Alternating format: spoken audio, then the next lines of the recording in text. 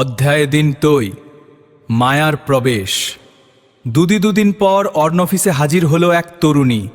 চোখে শানো গ্লাস, পরনে কালো শাড়ি, একটা রহস্য লুকিয়েছিল। মায়া বলল, আমি জানি আপনি সেই মেয়েটির করছেন, কিন্তু আপনি জানেন না আপনি কত বড় বিপদের মধ্যে ঢুকে পড়েছেন। অর্ণব লক্ষ্য করল মায়ার হাত কাঁপছে, কিন্তু তার চোখের ভেতরে ছিল অদ্ভুত আত্মবিশ্বাস।